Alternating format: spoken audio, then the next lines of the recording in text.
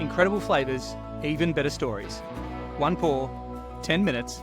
Aussie bourbon lovers sharing bourbon with Australia.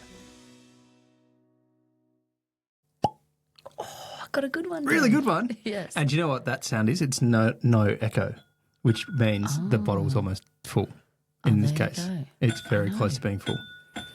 Oh, Oh, sorry. you would never get a job in my bar the way you're tinging away at the top of the glasses. You're going to chip Sorry. glasses. Now what are you doing?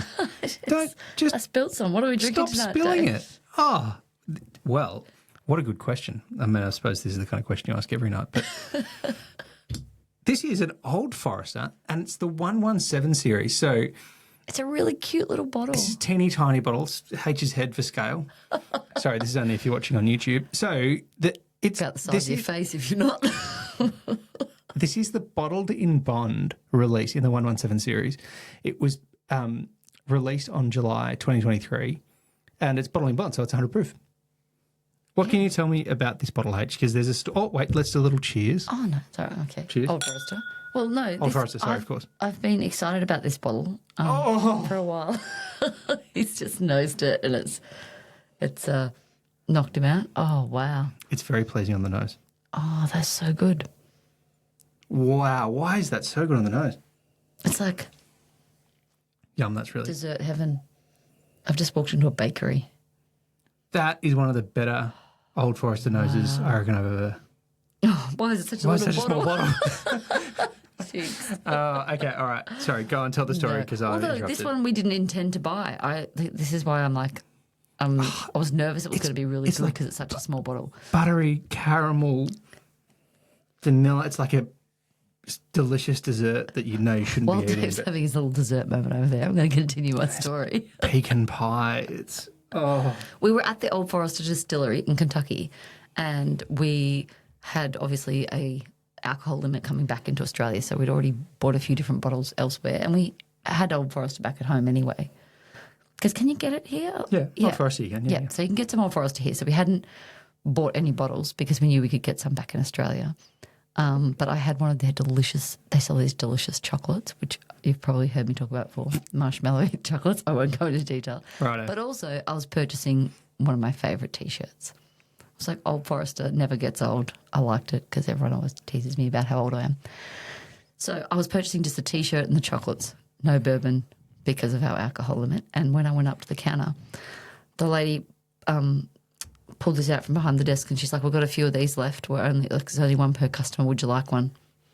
Answers yes. Like, would you like one? These are our limited.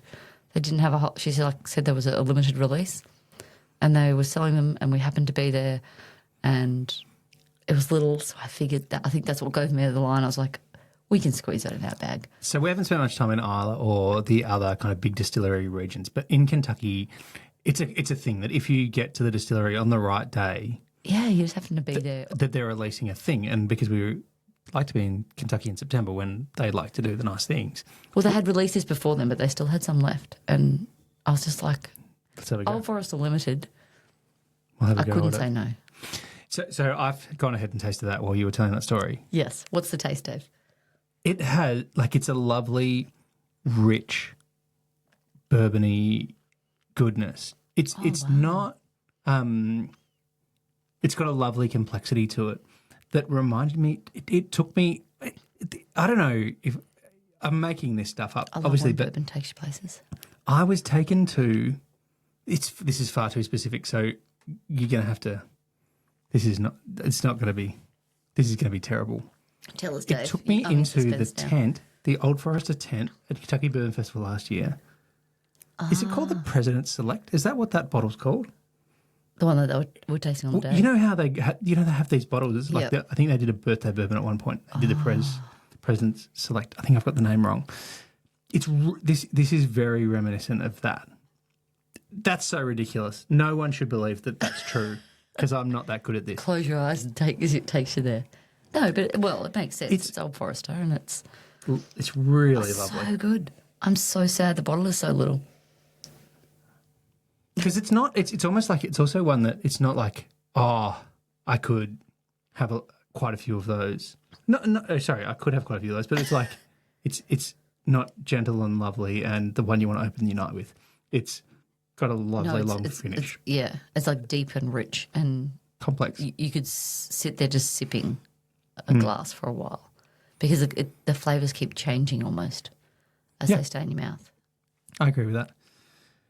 I know you talk about your favourite T-shirt and those Modescas, which is the name of that chocolate. Yep. What else do you have fond memories of at Old Forester? I don't know whether it was one of the first ones where we got to see them like char the barrels and stuff because they do that at all the different distilleries. But I really liked seeing them do it there. I think it must have been because one of the first ones we did early on, the Old Forester one. Maybe. No, I don't think so. It's the one where I pushed the button and the barrel was charged. Yeah. Was that early? I reckon that was early on because I was very excited about seeing a barrel chart. I reckon that was maybe it was one of our first. And then you go to heaps of distilleries and watch them do it heaps. But I just remember the Old Forester, like that charring, and I still, like when I get those flavours, it's there that I think of. So Old Forester is part of the Brown-Forman group. In fact, if you look on the top of that, it has... A little Brown-Forman sticker. Well, it has George Garvin Brown's kind of name on it and says the word founder. I actually don't know if that's... maybe I wonder if the 117 has something specifically to do with him. But he's the guy who was mates with Forrester, who did have 2 R's in his name, and now it's only 1 R. Yeah, they dropped an R after he died. I know.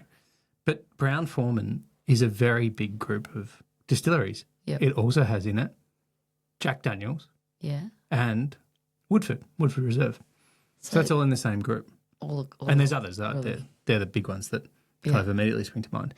But of the distilleries in Kentucky that we like visiting, Old Forester has this really interesting place in my heart because of I love the juice. I think they have really good bourbons. Yeah, I love the dessertiness of their bourbon.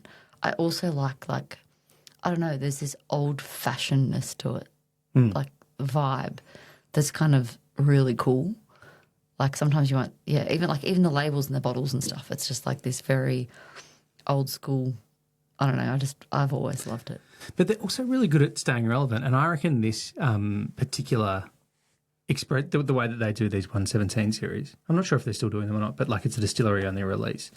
That thing is really interesting to me as well because they also do the birthday bourbon where you can go into that. I know. I go on every year. I go on the lottery hoping for a birthday bourbon. Yeah. Because you don't win the bourbon, you win permission to buy it. It's like so cool. So like this scarcity thing they do it so well. Yeah, but they can do it in that sometimes people create like scarcity for scarcity's sake, whereas they produce this amazing liquid that tastes delicious. And there's obviously I think it's one of the things I love about bourbon is so much of it. Yes, you can mass produce different ones, obviously, but like so many of them produce just like limited releases of different ones. And when you find ones like Old Forester, like I haven't ever had an Old Forester I don't like. There's other bourbons where some of them I like, some of them I love, some of them aren't my cup of tea. Old Forester, I've liked every single one. I don't think I have loved every single one, but I've loved 90% of them, I reckon. Yeah, they always have this dessertiness to them for me. It's like a good finish to the night. Yeah, and this one isn't any different. Can you do me a favour? Can you nose that again? You know how they say when it opens up, you get these different things? I'm almost getting, there's like I'd almost wear this as a perfume, like a fragrance. Like you still get that original, like that lovely pecan kind of caramelly thing, but I don't know, it's something extra fragrant about this. There's a lot of vanilla there. Like I agree with that. Yeah, a lot of vanilla. Really kind of like fluffy cupcake, buttery, fluffy vanilla cupcake on the nose. Oh, that's good. But I reckon this is the result as well of like a really good bourbon that is just opening up as well, which is really great. And it's all part of the fun of a nice bourbon, right? So do you know about the idea of a neck pour? No. Oh, I've heard of it, but fill us in. The idea of a neck pour is that when you first open a whiskey, the first thing that comes out of the bottle is potentially going to be different to what the rest of it is because it hasn't had as much chance to get air on it. So you're saying that because we've opened a brand new bottle and that we've had the first pour, that it's not... Like some people say the neck pour is rubbish. Like it's almost like a joke. Like you could almost tip it out, a neck pour, because it's so bad. But You're saying it's going to get better. Well, Are you promising me this, Dave? I'm not saying any of these things. I'm just reiterating what someone else has said. But like when you first open a whiskey and then you pour it in your Dave, glass, it repeating the hasn't facts. had much chance to have air on it. Anyway, I think that, yes, this might potentially even get even better over the next few minutes That because, excites me. you know, we didn't let it open up No. once we poured it in. We really poured it in and just went for it, which is good on us because that's good enthusiasm from us. But And that's if we'd fun let it too. sit there for 10 minutes, this episode would have been trash. But, you know, Very dull and boring. Right. But isn't that exciting, though, that the first bit, even though it might get better, that we'll never have this exact flavour again? Because that's the neck pour. oh, well, that's interesting you put it like that. Yeah, Like, sure, that is While a bit. it will get better, we might not get this exact. Oh, it's so vanilla-y. It's so vanilla-y. All right, well, we'll settle in and enjoy this, and you see if you can find yourself a nice expression of Old Forester, but you probably won't find this one. Sorry. Sorry. Definitely can't get this one in Australia. Cheers. Thanks for listening. Make sure you're connected with us on TikTok, Instagram and YouTube, and stay connected with us by clicking subscribe on your favourite podcast app.